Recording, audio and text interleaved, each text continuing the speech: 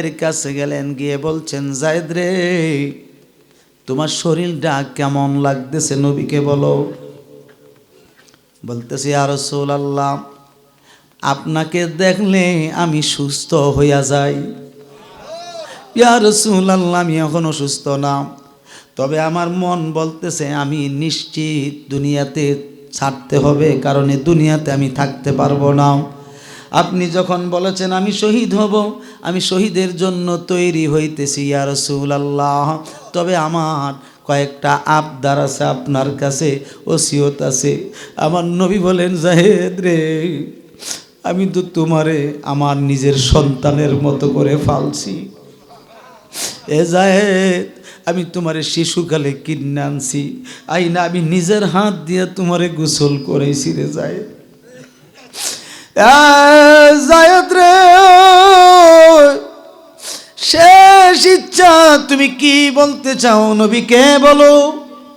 হযরতে যায়েদ বলতেছি, ইয়া রাসূলুল্লাহ, আমার মাও নাই, বাবাও নাই, আপনি নবী আমার সব। ইয়া রাসূলুল্লাহ, আপনার কাছে সবিনয় অনুরোধ, আমি যদি শহীদ হইয়া যাই, আপনি নবী নিজের হাত মোবারক দ্বারা আরেকবার আমারে গোসল করাইয়া দিয়েন। আমি জানি শহীদের কোনো গোসল লাগে না, কাফনও লাগে না। সুবহানাল্লাহ কোন। হুজুর, আমি ইচ্ছা করতেছি আমি যদি শহীদ হইয়া যাই, অন্য কোনো সাহাবীর দ্বারা আমাকে গোসল করাইয়েন না, আপনি নবী আমারে শেষ গোসলটা জীবনের মতো একবার করাইয়া দিয়েন। এরপরে দ্বিতীয় আবদার হলো, নবী গো, আমি যায়েদের কাফনের কাপড় সাদা মার্কিন কাপড়, দোকানের কাপড় নয়, আপনি নবীর একটা জুব্বা মুবারক আমার কাফনের কাপড় হবে। আপনি নবী নিজে পরাই দিবেন, কারণ শিশুকালে আইনা আপনি আমারে সুন্দর করে গোসল করাইছেন, আপনার কাছে কোনো কিছুই গোপন নাই। নবী গো আমার, আপনি এই কাজটা আপনি করাইয়া দিয়েন, আর জানাজার মাঠে নিয়া আপনি নবী নিজে আমি যায়েদের শেষ জানাজাটা পড়াই দিয়েন। আমার নবী কান্দে আর বলে, যায়েদ রে,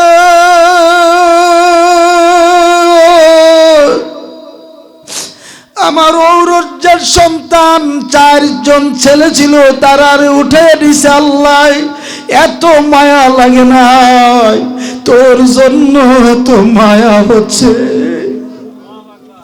বলতেছি, ইয়া রাসূলুল্লাহ, মায়া করেন না গো নবী, আমাকে বিদায় দেন, আমি যুদ্ধের মাঠের দিকে রওনা দেব।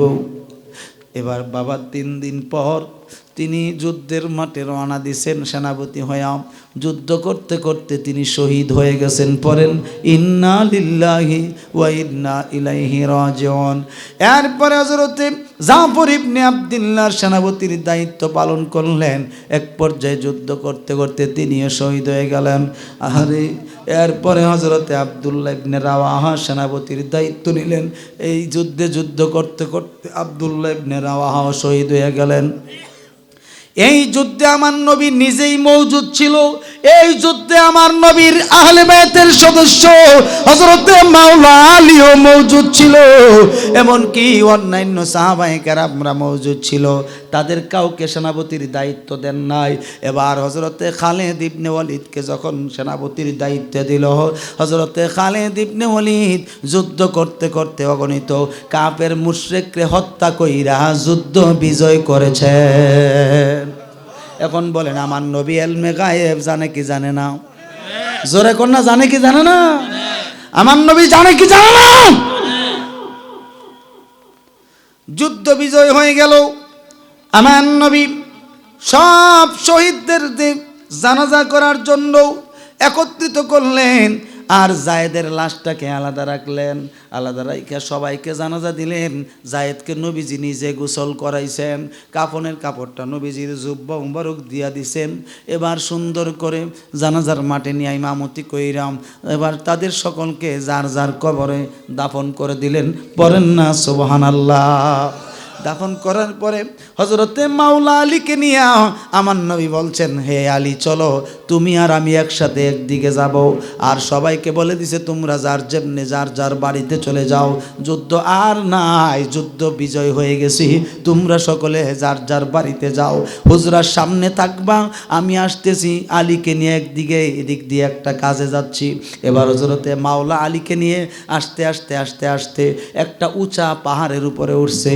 ওঠার পরে পাহাড়টার উপরে তাইকা আমার নবী ডাক দিয়ে বলে, আলী রে, ও আলী, আমি ক্লান্ত হয়ে গেছি, তুমি একটু বসো, আমি তোমার উরুর উপরে মাথা রাইকা আরাম করব। জায়গাটার নাম হলো সাইবা। পারেন না সুবহানাল্লাহ? জায়গাটার নাম কি? ওয়া দিয়ে সাইবা, ওয়া দিয়ে সাইবা। পড়েন না আল্লাহু আকবার। আরবিটা হইলো ওয়া দিয়ে সাইবা। সাইবা নামক জায়গায় নবীজি এই কথা বলার পর হযরতে মাওলা আলী বসে গেছে, হুজুর আমি প্রস্তুত। বসছে, বসার পরে নবীজি উরুর উপরে মাথা মুবারক রাখছেন, মাথা মুবারক রাইখা চোখ মুবারক বন্ধ কইরা একটু বিশ্রাম নিতেছেন। বিশ্রাম নেওয়ার মধ্যে আসর নামাজের টাইম হয়েছে। আহারে হযরতে মাওলা আলী বলে, হায় হায়, জীবনেতে কোনো দিন আসর নামাজ কাজা করি নাই, আজকে তো আসর নামাজটা আমার কাজা হয়ে যাবে। এবার তিনি এই কষ্টে একটু কান্নাও করতেছেন। আবার তিনি তো মারিফতের শাহনশাহ, তিনি মনে মনে প্রশ্ন করছেন, হায় হায়, আমি নামাজের জন্য কেন এত হতাশ হয়েছি? নবীজিকে তো আমি সেবা করতেছি, যিনি নামাজের প্রতিষ্ঠাতা তিনি তো স্বয়ং আমার কোলে আছে, আমার কিসের চিন্তা? জোরে কন্যা সুবহানাল্লাহ। নামাজের প্রতিষ্ঠাতা কে? জোরে কন্যা কে রে? নামাজের প্রতিষ্ঠাতা কে? নবী মুহাম্মাদুর। তো মাওলা আলী বলছে, ধর কি এর কানবো, আমার নবী তো আমার কোলে আছে, আমি কেন চিন্তা করি, আমারটা নবী বুঝবো। বলেন না সুবহানাল্লাহ। এই যে আনন্দের একটু কান্না, এই কান্নার এক ফোঁটা চোখের পানি আমার নবীজির কপাল মোবারকে মতান্তরে গাল মোবারকে পড়ছে। মাগরিবের টাইম হইয়া যাইতেছে, অর্থাৎ মাগরিব হয়ে গেছে, মাগরিবের নামাজও সকলে আদায় করছে, কিন্তু এই দিক দিয়া নবীজি উঠছেন। ওটা বলতেছেন, আলী কি খবর, আসর নামাজ বুঝি পড়ো নাই? পড়েন না সুবহানাল্লাহ। বলতেছে, ইয়া রাসূলুল্লাহ, আসর নামাজ কি পড়ব, স্বয়ং নামাজ হইতো আমার কুলে, স্বয়ং যারা আমি দেখে দেখে নামাজ পড়ি তিনি তো আমার কুলে। সুবহানাল্লাহ কন্যা কে রে? আলী আসর নামাজ পড়ো নাই? বলতেছে, হুজুর কেমনে পড়ব, নামাজের প্রতিষ্ঠাতা তো আমার কুলে আরাম করছে, আমি আলীর কাছে ইবাদত আগে না, আমি আলীর কাছে নবীর খেদমত আগে। আর জোরে করেন আল্লাহু আকবার। মুহাব্বতে বলেন ইয়া রাসূলুল্লাহ, এই জন্য বলেন ইয়া ওলি আল্লাহ। এই দুশমনি খারিজির গোষ্ঠীরা এই দুশমনি কইরা হযরতে মাওলা আলীকে নামাজের ভিতরে শহীদ করে দিয়েছে।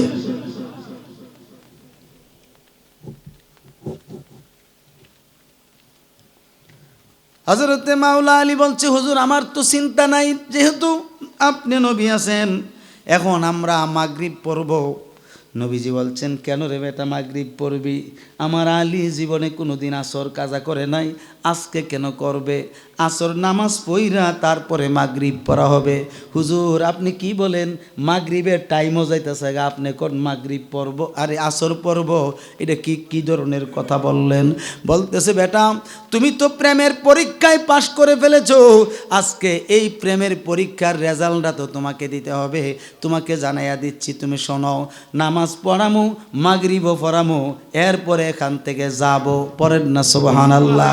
এবার আমার নবী ডুবন্ত সূর্যকে ডাক দিলেন, এই ডুবন্ত সূর্য, ইয়া আইয়ুহাস শামসুল, এ সূর্য, এ সূর্য, তল ফি ওয়াক্তি সালাতিল আসর, আসরের সময় পর্যন্ত তুমি উঠে যাও, তুমি উঠে যাও, তাড়াতাড়ি উঠে যাও, ডাক দিতে দেরি, ডুবন্ত সূর্য মাথার উপরে বলতে আসরের নামাজের টাইম পর্যন্ত উঠতে দেরি না। আমরা ডাকলে উঠবো নি? মৌলবীটি ডাকলে উঠবো নি? হ্যাঁ, নবী ডাক দিছে, সূর্য উঠে গেছে। পড়েন না সুবহানাল্লাহ। আলী নামাজ পড়ো, বলতেছে হুজুর এটা কি? পড়তে বলছি, বলো পড়ো। আলী আসর নামাজ পড়তেছে, সূর্য নবীরে জিজ্ঞাসা করে, হুজুর আমি কি ডুবে যাব? না, আমার আলী যতক্ষণ পর্যন্ত নামাজ শেষ না করবে ততক্ষণ তুমি একবারে জাগাত তাও, লড়তে পারতা না। সুবহানাল্লাহ কর না। তো মুহাদ্দিসিনগণ লেখেন হযরতে মাওলা আলী 24 মিনিট লাগায়া আসর নামাজ পড়ছেন। কত মিনিট? 24 মিনিট লাগায় আসর পড়ছেন। সূর্য আসরের টাইম পর্যন্ত দাঁড়ানো। দেখি সাধারণ কথা। এবার আসর শেষ হয়েছে, শেষ হওয়ার পরে বলছে, যাও সূর্য তুমি তোমার জায়গায় চলে যাও, ডুবন্ত হয়েছে। আলী চলো মাগরিব পড়বা। সুবহানাল্লাহ কোন।